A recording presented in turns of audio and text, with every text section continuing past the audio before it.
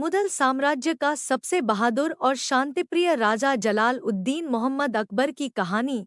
मुगल शासनकाल में जितने भी राजा महाराजा हुए उन सब में अकबर सबसे अलग प्रभावशाली और शक्तिशाली राजा थे। अकबर एक बहुत ही बहादुर और शांतिप्रिय राजा था। उसकी सबसे खास बात यह है कि उसने बचपन से राज्य चलाने का काम किया था।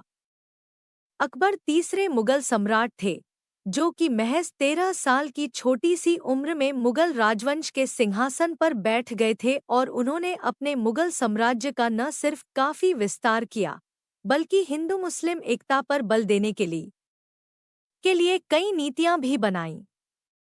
अपने शासनकाल में शांतिपूर्ण माहौल स्थापित किया एवं कराधान प्रणाली को फिर से संगठित किया। उन्हें अकबर-ए-आज़म शहंशाह अकबर के नाम से भी जाना जाता था। अकबर खुद अनपढ़ होने के बाद भी शिक्षा सबसे ज्यादा महत्व देते थे, लेकिन वे एक बुद्धिमान और ज्ञानी शासक थे, जिन्हें लगभग सभी विषयों में असाधारण ज्ञान प्राप्त था। इसीलिए उसके शासनकाल में कला, साहित्य, शिल्पकला का काफी विकास हुआ था। उसने अपने राज्य में सभी के लिए, विशेष रूप से महिलाओं के लिए शिक्षा पर ज्यादा ध्यान दिया था। उनके के लिए कई नीतियां भी बनाईं। अपने शासनकाल में शांतिपूर्ण माहौल स्थापित किया एवं कराधान प्रणाली को फिर से संगठित किया। उन्हें अकबर-ए-आज़म शहंशाह अकबर के नाम से भी जाना जाता था।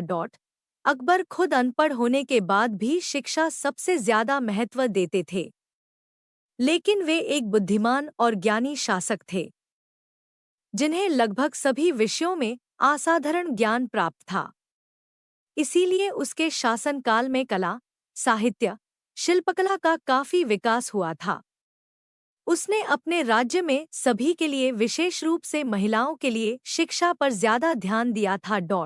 उनके अकबर जीवनी के बारे में जानकारी। Akbar information in Hindi. पूरा नाम, full name of Akbar Abul फतह जलाल उद्दीन मोहम्मद अकबर। जन्म, बर्थडे 15 अक्टूबर 1542। जन्मस्थान, बर्थ प्लेस अमरकोट। पिता फादर ऑफ अकबर हुमायूं। माता मदर नेम नवाब हमीदा बानो बेगम साहिबा। शिक्षा, एजुकेशन। अल्पशिक्षित होने के बावजूद सैन्य विद्या में अत्यंत प्रवीण थे। विवाह, वाइव्स ऑफ अकबर, रुकिया बेगम सहिबा, सलीमा सुल्तान बेगम सहिबा, मारियाम उस्मानी बेगम सहिबा, जोधाबाई राजपूत। संतान, सन ऑफ अकबर, जहांगीर में हुआ, जो अभी पाकिस्तान में है। लंबे समय के बाद अकबर अपने पूरे परिवार के साथ काबुल स्थापित हुए, जहां उनके चाचा कामरान मिर्जा और अस्करी मिर्जा रहते थे। उन्होंने अपना बचपन युद्ध कला सीखने में व्यतीत की, जिसने उसे एक शक्तिशाली, निडर और बहादुर योद्धा बनाया। 1551 के नवंबर में अकबर ने काबुल की रुकिया से शादी कर ली। महारानी रुकिया उनके ही चाचा हिंदल मिर्जा की बेटी थी, जो उनकी पहली और मुख्य पत्नी थी। हिंदल मिर्जा की मृत्यु के बाद हुमायूं ने उनकी जगह ले ली और हुमायूं ने दिल्ली को 1555 में पुनर्स्थापित किया और वहां उन्होंने एक विशाल सेना का निर्माण किया और इसके कुछ ही महीनों बाद हुमायूं की मृत्यु हो गई। हुमायूं गुजरने के बाद अकबर ने बैरम खान की मदद से राज्य का शासन चलाया, क्योंकि उस वक्त अकबर काफी छोटे थे। उन्होंने बैरम खान की सहायता से पूरे भारत में हुकूमत की। एक बहुत सक्षम और बहादुर बादशाह होने के नाते उन्होंने पूरे भारत में और करीब गोदावरी नदी के उत्तरी दिशा तक कब्जा कर लिया था। मुगलों की ताकतवर फौज, राजनयिक, सांस्कृतिक, आर्थिक वर्चस्व के कारण ही अकबर ने पूरे देश में कब्जा कर लिया था। अपने मुगल साम्राज्य को एक रूप बनाने के लिए अकबर ने जो भी प्रांत जीते थे, उनके साथ में एक तो संधि की या फिर शादी करके उनसे रिश्तेदारी की। अकबर के राज्य में विभिन्न धर्म और संस्कृति के लोग रहते थे और वो अपने प्रांत में शांति बनाए रखने के लिए कुछ ऐसी योजना अपनाते थे, जिसके कारण उसके राज्य के सभी लोग काफी खुश रहते थे।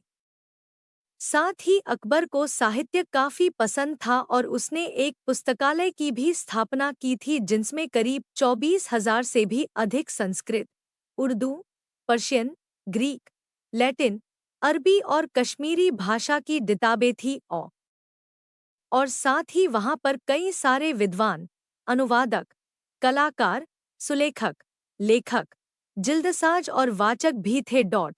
खुद अकबर ने फतेहपुर सिकरी में महिलाओं के लिए एक पुस्तकालय की भी स्थापना की थी और हिंदू, मुस्लिम के लिए भी स्कूल खोले गए।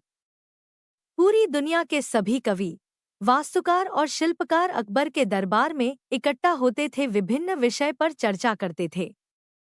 अकबर के दिल्ली, आगरा और फतेहपुर सिकरी के दरबार कला, साहित्य और शिक्षा के मुख्य केंद्र बन चुके थे। वक्त के साथ पर्शियन इस्लामिक संस्कृति भारत के संस्कृति के साथ घुल मिल गई और उसमें एक नई इंडो पर्शियन संस्कृति ने जन्म लिया और इसका दर्शन मुगल काल में बनाए गए पेंटिंग और वास्तुकला में देखने को मिलता है। अपने राज्य में एक धार्मिक एकता बनाए रखने के लिए अकबर ने इस्लाम और हिंदू धर्म को मिलाकर एक नया धर्म, दिन-ए-इलाही, को बनाया जिसमें पारसी और ख्रिश्चन धर्म का भी कुछ हिस्सा शामिल किया गया था। जिस धर्म की स्थापना अकबर ने की थी वो बहुत सरल, सहनशील धर्म था और उसमें केवल एक ही भगवान की पूजा की जाती थी। किसी जानवर को मारने पर रोक लगाई गई थी। इस धर्म में शांति पर ज्यादा महत्व दिया जाता था। इस धर्म ना कोई रस्म रिवाज, ना कोई ग्रंथ और ना ही कोई मंदिर या पुजारी था।